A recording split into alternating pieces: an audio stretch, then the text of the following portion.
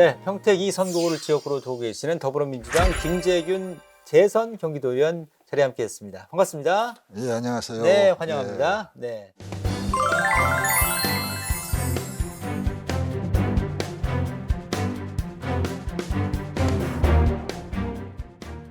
자, 시작하면서 저희 경기도민하고 그 평택 시민들에게, 지역 구민들에게 인사 말씀 정면 카메라 보시고 예. 부탁드립니다. 안녕하십니까. 경기도의회 여성가족 평생교육위원회 위원장 김재균입니다.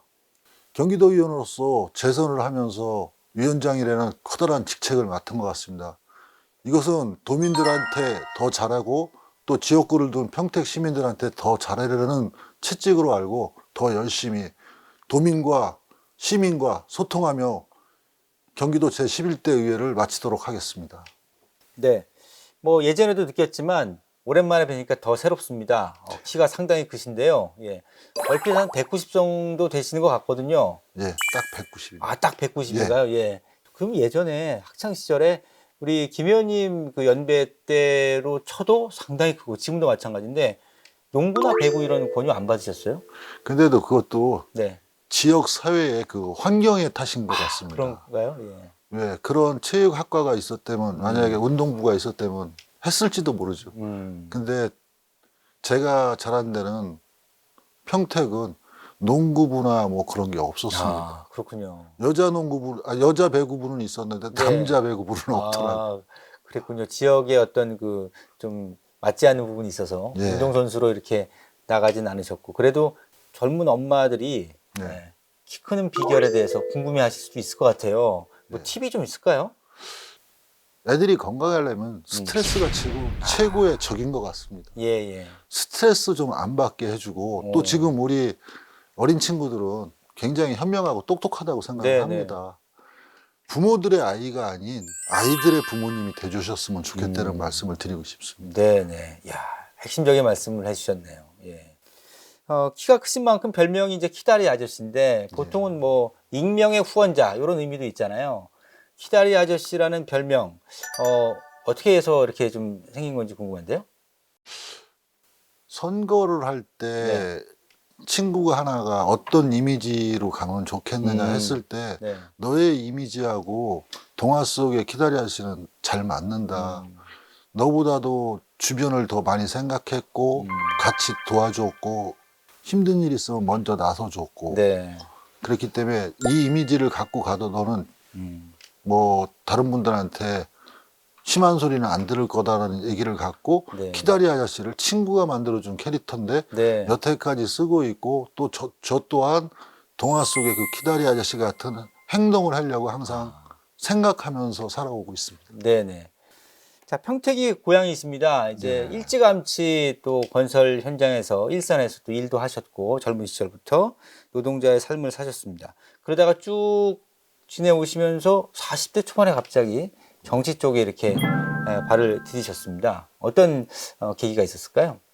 많은 사람들한테 도움을 주려고 했고 또 힘든 일 있으면 앞장서서 같이 해결해 주려고 하던 게 모이다 보고 평택시 그리고 저희 지역구에서는 지역에서 자랐던 친구들이 네. 기성세대가 가는 그 길목에서도 정치적으로 나서는 친구가 한 명밖에 없었습니다. 그리고 특히 기초의원들 같은 경우, 지방의원들 같은 경우는 그 삶을 살아가는 그 지역의 대변인자인데 네네. 한 번 정도는 이 지역에서 자란 사람들이 시작해야 될 때가 되지 않았냐는 그런 얘기를 듣고 제가 한다는 것보다도 주변에서 아마 떠밀려서 시작된 게 지금까지 온 것 같습니다. 아, 예. 자, 평택시에서 이제 4선의 시의원을 하셨단 말이에요. 야, 상당히 긴 기간인데 또 지난 10대 경기도 의원까지 해서 우리나라 지방 이제 자치법 개정안도 통과가 돼서 좀 진일보했습니다만 앞으로 지방 정치가 발전하기 위해서는 어떤 것들이 좀 더 필요할까요? 지방 정치가 발전하기 위해서는 가장 큰 것은 많은 지방 정치인들이 직접적인 간접 체험이나 직접적인 체험을 많이 해야 된다고 봐집니다. 어떤 정당성에 의해서 지금은 많이 선출이 되는 부분이 있는데 네. 그 지역에 살고 계시는 분들과 소통하면서 갈 수 있는 분들이 많이 뽑혔을 때 네. 지방 정치가 좀 더 확고하게 자리 잡고 또 시민들도 같이 호응할 수 있다고 봐집니다. 네네.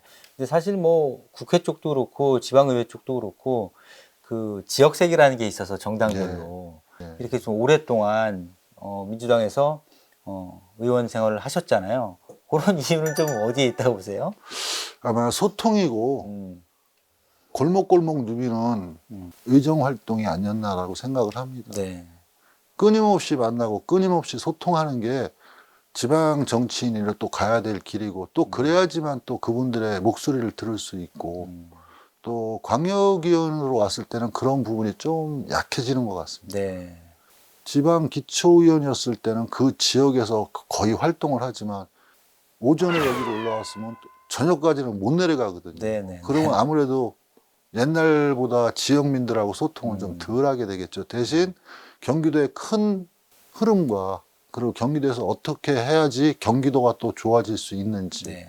또 우리 지역에 좀이라도 도움이 될 수 있는지라는 부분에서는 좀 낫지만 소통의 부분에서는 조금 음. 덜 미흡해진 것 같습니다. 네. 막상 정치 입문 전에 가졌던 생각들이 현실에 맞닥뜨렸을 때는 좀 잘 이루어지지 않을 경우가 많잖아요. 흔히 말해서 좀 괴리감이 느껴질 때가 있을 텐데 그때는 좀 어떻게 극복을 하셨습니까? 가장 숨고 싶죠. 솔직히. 그런가요? 예. 아마 괴리감이 느꼈을 때는 가장 먼저는 집행부하고 더 많은 얘기를 하면서 정책과 생각을 좀 같이 만들어가는 게 가장 중요한 것 같습니다. 네, 그렇군요. 그리고 또 그 정책을 갖고 지역민들과 얘기를 하면서 또 좁혀갈 수 있는 그분들의 얘기. 가장 좋은 건 대화, 그 다음엔 소통인 것 같습니다. 예. 거기에 답이 있고 또한 현장에 답이 있다는 듯이 그 많은 그곳을 가보다 보면은 뭔가 나아갈 수 있는 길이 자꾸 열리는 것 같습니다. 예, 예.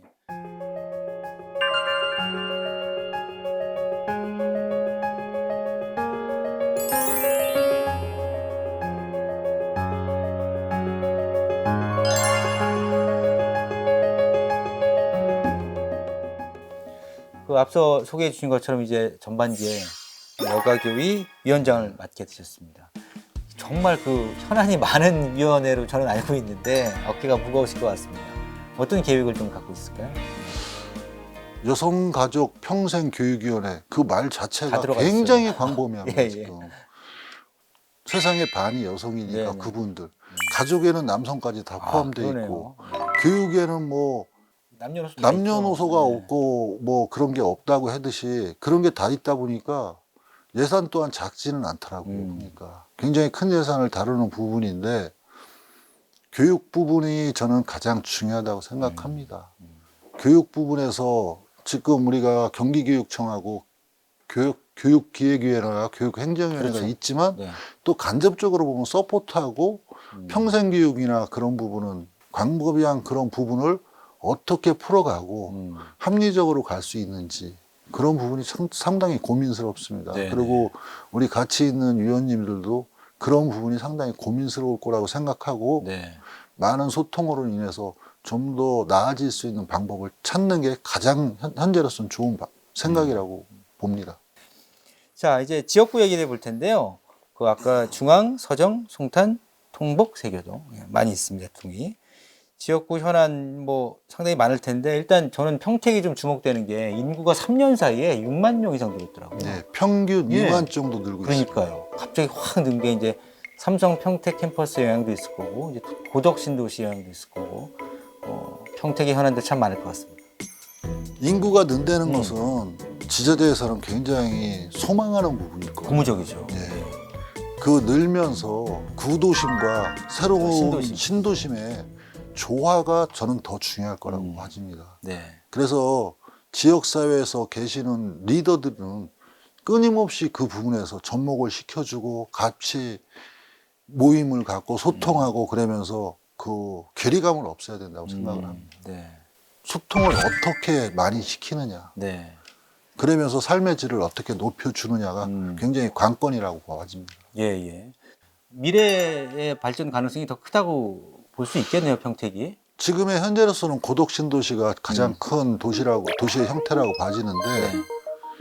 브레인시티 같은 경우도 규모는 조금 작지만 거기에 아주대학교 종합병원이 들어오고 네. 대학병원이 들어오고 카이스트 이전이 있습니다. 카이스트 이전 예정이 있죠. 3년 정도 예. 후에. 한 맨 처음에 들어오시는 분들이 한 1250명 정도라고 지금 음. 알고 있는데 그렇다면은 교육과 의료와 같이 네. 융합이 된다 그러면 가장 좋은 도시 음. 또 그걸로 인해서 평택 지역이 시너지가 더 일어나지 않을까라고 네. 봐집니다. 많은 현안들 말씀해 주신 것 같습니다. 예. 자, 이제 뭐 재선 의원이시고 또 여가교위 상임위원장이시고 어깨가 무겁고 또 책임감도 남다르실 것 같거든요. 앞으로 이제 4년 동안 이것만큼은 내가 꼭 해내겠다. 이렇게 좀 다짐하는 부분이 있다면 어떤 게 있을까요?